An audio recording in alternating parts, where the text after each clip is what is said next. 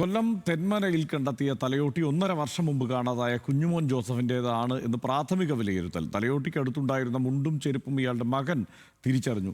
തലയോട്ടി ശാസ്ത്രീയ പരിശോധനയ്ക്ക് അയക്കും. വിവരങ്ങളുമായി ഷമീർ അബ്ദുൾ ചേരുന്നുണ്ട്. ഷമീർ, എന്താണ് വിവരങ്ങൾ?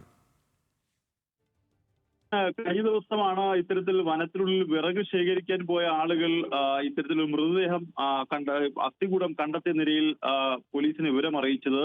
ഉൾവനത്തിലാണ് ഈ അസ്ഥികൂടം കണ്ടെത്തിയിരിക്കുന്നത്. തുടർന്ന് പോലീസും ഫോറൻസിക് വിദഗ്ധരും എത്തി ഈ അസ്ഥികൂടം അവിടെ നിന്ന് നീക്കം ചെയ്യുകയും ചെയ്തു. തെന്മല KAP കോളനിക്ക് സമീപത്ത് നിന്നും 1/2 കിലോമീറ്റർ അകലെയുള്ള ഉൾവനത്തിലാണ് ഈ സംഭവം. ഈ തലയോട്ടിയും അസ്ഥികൂടവും കണ്ടെത്തിയത്. പിന്നീട് സ്ഥലത്ത് നിന്ന് കാണാതെ പോയ 67 വയസ്സുള്ള ജോർജിന്റെ മൃതദേഹമാണെന്ന് ഇതിപ്പോൾ സ്ഥിരീകരിക്കുകയായിരുന്നു. ജോർജിന്റെ മകനെ സ്ഥലത്തെത്തിക്കുകയും അവിടെ നിന്ന് കിട്ടിയ വസ്ത്രത്തിന്റെ അംശങ്ങളും മറ്റും പരിശോധിച്ച ശേഷമാണ് ഈ ഒരു പ്രാഥമിക നിഗമനത്തിലേക്ക് എത്തുന്നത്. എന്തായാലും തലയോട്ടി കണ്ടെത്തിയ ഈ സംഭവത്തിൽ മറ്റ് അസ്വാഭാവികത ഇല്ലെന്നാണ് പോലീസിന്റെ പ്രാഥമിക നിഗമനം. എന്തായാലും അസ്ഥികൂടം അടുത്തുള്ള മരത്തിൽ അസ്ഥികൂടത്തിന് മരത്തിൽ കയറും കണ്ടെത്തിയിട്ടുണ്ട്.